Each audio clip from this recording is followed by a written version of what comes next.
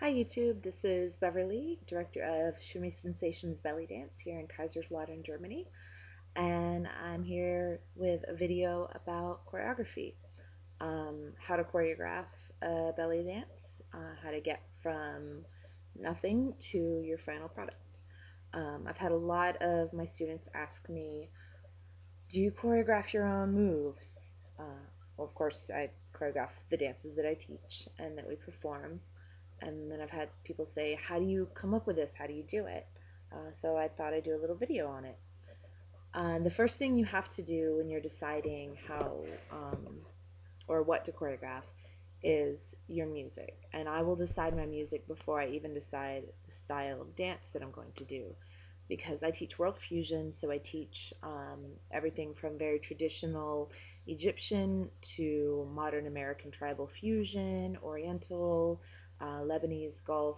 I've done it all, and I will let my music dictate the style of dance. That doesn't necessarily mean if I'm doing a drum solo that it's going to be traditional Egyptian, but it's where the music takes me, how it drives me.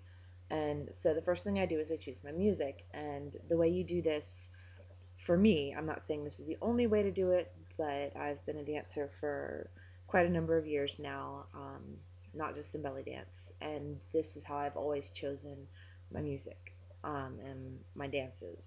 Is I just listen to my music. I have playlists, listen to them in the car, when I'm cleaning house, when I'm cooking, or even just sit and listen to my library. I have an extensive library on my iTunes of belly dance music, of fusion music, world music, every type.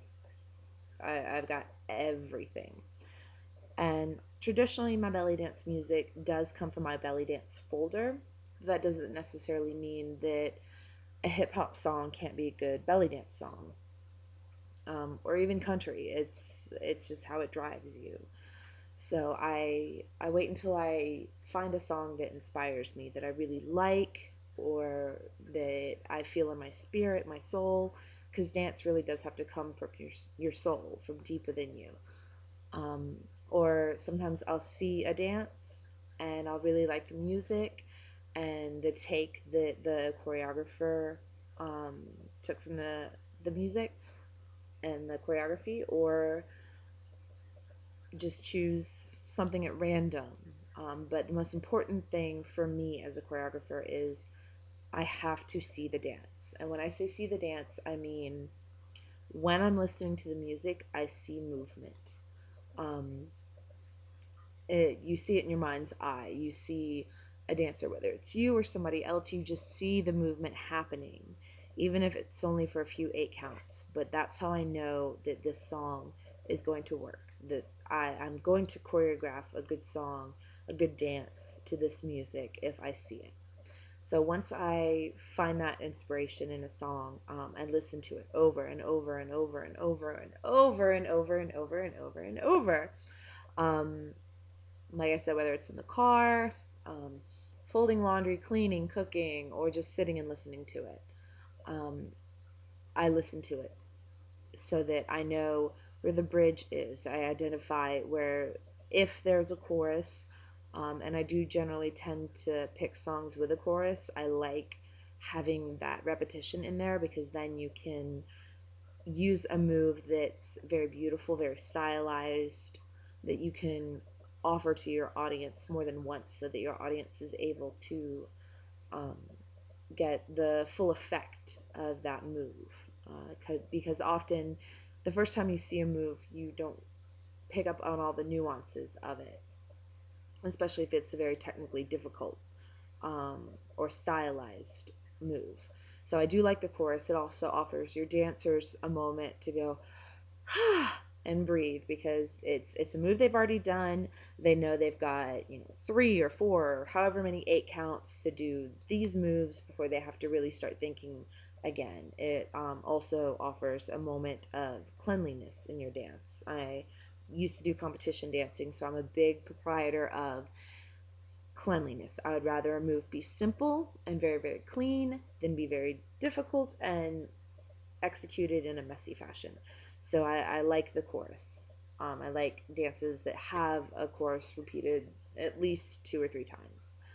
Um, and that's usually what I will build my dance around. I will either build it around the chorus and tie the multiple parts of the chorus together, or I will build it from an intro and allow that to guide where I go from there.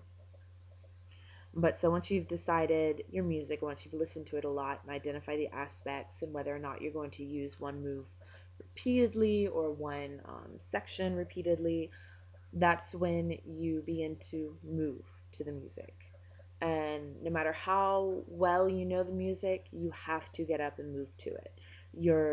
The human brain will not work through dance and movement without actually moving. So even if I'm having a very lazy day and I'm tired, I've taught 8 hours of class that day. It's very rare, but I do occasionally have it. Um, but if I've had a show that day, whatever, if I'm choreographing that day, I get my butt up. I stand up and I start moving. Even if you stand there for 6, 8 counts, just thinking, I don't know what to do. At least you're standing up and it's allowing your brain to move. It's allowing your brain that forward motion. If you're sitting still, the brain is subconsciously rooted in a very static position. But if you are standing up, at least your body is allowed to move dynamically, and therefore your brain is as well. So even if I'm 2 minutes into a 4 minute song and all of a sudden I'm hit with a bit of inspiration and I begin to move, that's when I pause my music. I write down what I'm doing on the move, how many 8 counts, whatever I can get down while it's still in my head. Even if you have to sketch a little picture, or even if you have to call it the hip drop turny thingy, because it's not a traditional Egyptian hip drop and you're turning with it and it's doing weird arm things. Call it whatever you have to so that it sticks in your brain. Draw a little stick figure, whatever you need. This is also why I keep pencil and paper in my car, in my purse, in my dance bag. This is why I keep headphones in my purse. If I'm sitting in the doctor's office waiting on an appointment, I have my dance book there with me to sketch out and write out my choreography ideas. I'll plug in my headphones to my iTouch and listen to my music and write it down. I don't care how I look. This is my job. This is my passion. So I take it with me wherever I go. I've even pulled over on the side of the road before because I was listening to the radio and was struck with inspiration. So wherever your muse strikes you, um, always make sure you have that ability to write something down and write it down in a way that you're going to remember. After that, once you've got your main chunks of your dance, even if you've got 6, 8 counts here, 3, 8 counts here where you're not sure what to do, 6, 8 counts here, a bit of time there where you're not sure what to do. Once you've got your basic chunk, that's when you start practicing it.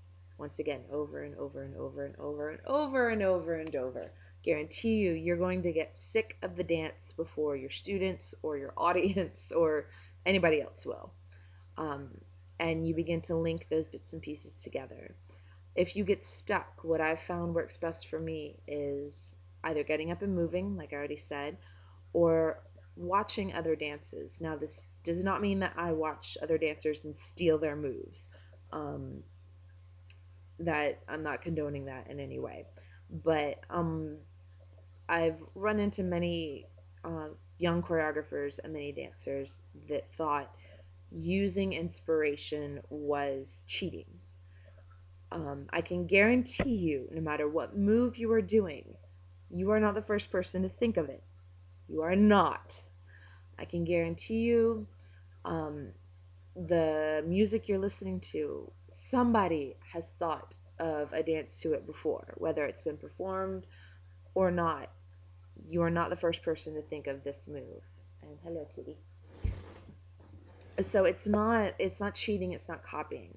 What's copying is if you take an entire song and perform that step by step by step, and then claim it as your own. definitely whenever I get inspiration from another dancer, an instructor, anything like that, I give them credit. But we draw our dance from what we already know, from what we've learned.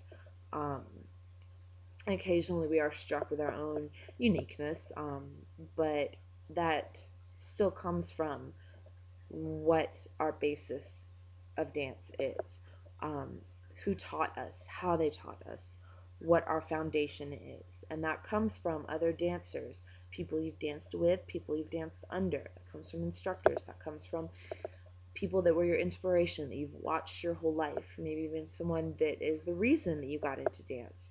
So, and every dancer is like this, so there's no shame in having dancer's block or writer's block and using someone as inspiration to get your mind rolling, to get the gears turning. Um, I do that many times, especially since I teach on a 6 week basis. So every 6 weeks, I have to come up with new choreography. And it's one thing when you're struck by the muse, it's another thing when you have to go and catch your muse and shake the dance out of them. You occasionally do need help with inspiration. So if you do get stuck in that few 8 counts, in between the pieces that you already have, there's no shame in using your inspiration, using tapping into that knowledge that you've gotten from other people. That's why we teach, so that we can give that to other people, so that we can pass this information down and this love. So once I've done that and gotten my whole piece together, I try to think, I try to look at it and dance it a few times and feel the rhythm, feel the music, feel the change in the music and the feeling behind the music as well as the feeling behind my dance.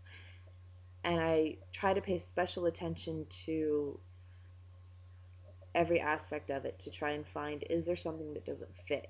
Is there a part where I feel like I'm stopping and forcing the movement? Is there a part where the movement doesn't really fit the style of the rest of dance? Like I said, I teach world fusion. So often I'll be dancing a certain style and something else pops in, and sometimes it flows well and sometimes it doesn't. So you really have to try and look at it from outside your mind's eye. And the best way that I've learned to do that is record yourself, even if it's just for you to watch. Record yourself, watch it, feel it, and does it look cohesive? Does it feel cohesive? And once you do that, once you've gotten to where you feel that the whole dance speaks something, whether it's a style, whether it's an emotion, whether it's a story, or whether it's just showing off a level of technical difficulty that you can achieve.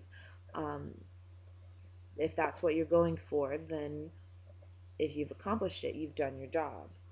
Um, I really don't think there's a right way and a wrong way to choreograph. This is just my take on how I do it, and I hope it's been informative for you. Please leave any questions, comments, or concerns below. And thank you for watching. Once again, this has been Beverly with Shimmy Sensations Belly Dance. Remember to subscribe, and as always, shimmy it out.